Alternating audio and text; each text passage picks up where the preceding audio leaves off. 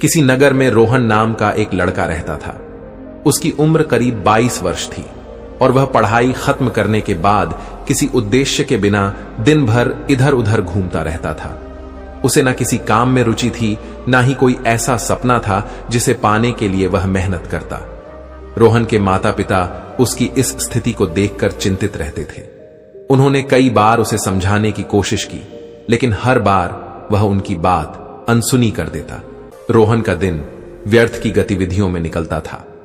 वह अक्सर अपने दोस्तों के साथ सड़क किनारे चाय की दुकान पर बैठा गपशप करता। कभी वह मोबाइल पर गेम खेलता तो कभी बिना उद्देश्य के सोशल मीडिया स्क्रॉल करता। धीरे धीरे उसकी यह आदतें उसकी सेहत पर भी असर डालने लगीं। उसका शरीर कमजोर हो गया, आंखें लाल रहने लगीं और वह मानसिक तनाव महसूस करने लगा। उसके मित्र भी उसकी हालत को लेकर मजाक उड़ाने लगे। एक दिन उसके दोस्त ने हंसते हुए कहा, अरे रोहन, तुम तो बस इसी चाय की दुकान के स्थायी ग्राहक बनकर रह जाओगे। तुम्हारे जीवन का क्या उद्देश्य है? यह सुनकर रोहन को बुरा तो लगा, लेकिन उसने अपने दोस्तों के तानों को भी गंभीरता से नहीं लिया।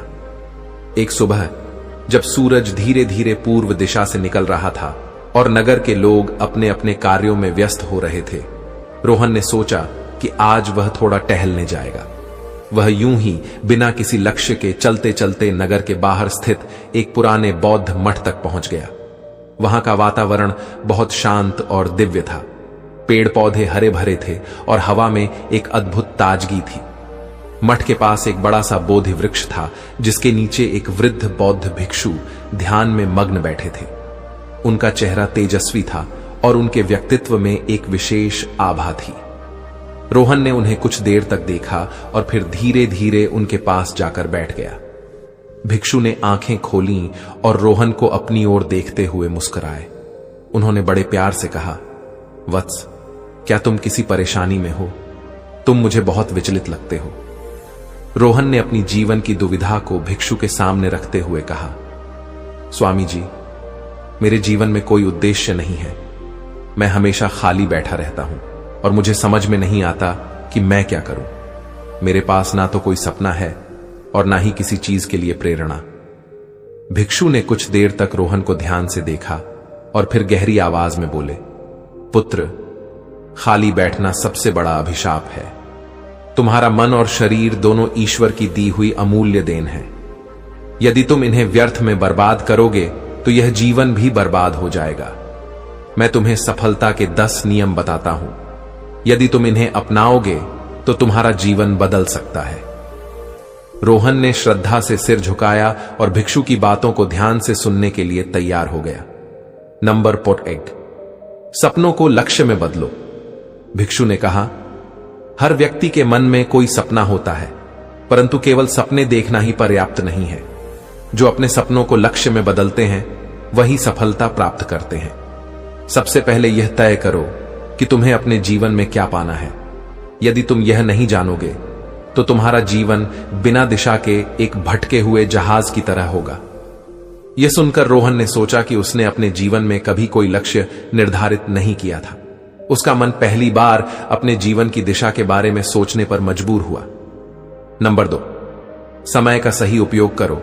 भिक्षु ने आगे कहा, पुत्र, संसार में समय सबसे मूल्यवान चीज है। यदि तुम समय को बर्बाद करते हो तो यह कभी लौट कर नहीं आता। जो व्यक्ति समय की कद्र नहीं करता उसे जीवन में सफलता नहीं मिलती। हर क्षण को एक अवसर की तरह देखो और उसका सदुपयोग करो। एक सार्थक दिन वही है जिसमें तुमने कुछ नया सीखा हो या कोई ऐसा कार्य किया हो जो तुम्हारे लक्ष्य के करीब ले जाए। भिक्षु ने एक कथा सुनाई। प्राचीन समय में एक राजा था जो बहुत आलसी था। उसके राज्य का हाल बुरा था क्योंकि वह हमेशा सोचता रहता कि वह कल से काम करेगा। एक दिन उसका राज्य शत्रुओं ने छीन लिया। तब उसे एहसास हुआ कि उसका आलस्य और समय की बर्बादी ही उसकी हार का कारण बने। नंबर 3, ध्यान और एकाग्रता को अपनाओ। ध्यान वह साधन है जो तुम्हारे विचलित मन को एकाग्र करता है। यदि तुम प्रतिदिन ध्यान करोगे तो तुम्हारा मन शांत होगा और तुम्हारी एकाग्रता बढ़ेगी। भिक्षु ने कहा। उन्होंने एक बोधक घटना सुनाई। किसी समय एक युवा साधक अपने ध्यान में बहुत परेशानी महसूस करता था। उसका मन भटकता था और उसे कभी शांति नहीं मिलती थी। फिर उसके गुरु ने उसे पेड़ की जड़ों को देखने का निर्देश दिया। साधक ने देखा कि जड़ें जमीन में गहराई तक फैली हैं और मजबूत हैं।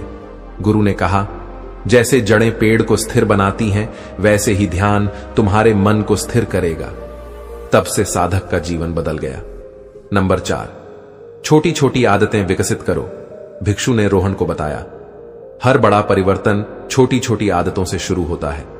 तुम हर दिन एक नई सकारात्मक आदत अपनाने की कोशिश करो, जैसे सुबह जल्दी उठना, पढ़ाई करना या व्यायाम करना।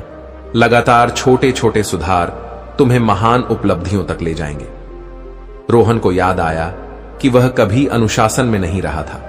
उसने सोचा कि अगर वह अपनी आदतें सुधारना शुरू कर दे तो शायद उसका जीवन भी बेहतर हो सकता है। नंबर 5, स्वास्थ्य का ध्यान रखो।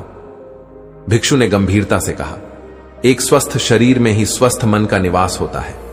यदि तुम अपने शरीर का ध्यान नहीं रखोगे तो तुम्हें सफलता प्राप्त करने में कठिनाई होगी। तुम व्यायाम करो, पौष्टिक आहार लो और अपनी दिनचर्या में संतुलन बनाए रखो। स्वास्थ्य ही सबसे बड़ी पूंजी है। रोहन ने यह सुनकर सोचा कि वह कितना कमजोर हो गया था। उसने फैसला किया कि वह अपने शरीर को मजबूत बनाने के लिए हर दिन व्यायाम करेगा। नंबर 6, सकारात्मक सोच रखो।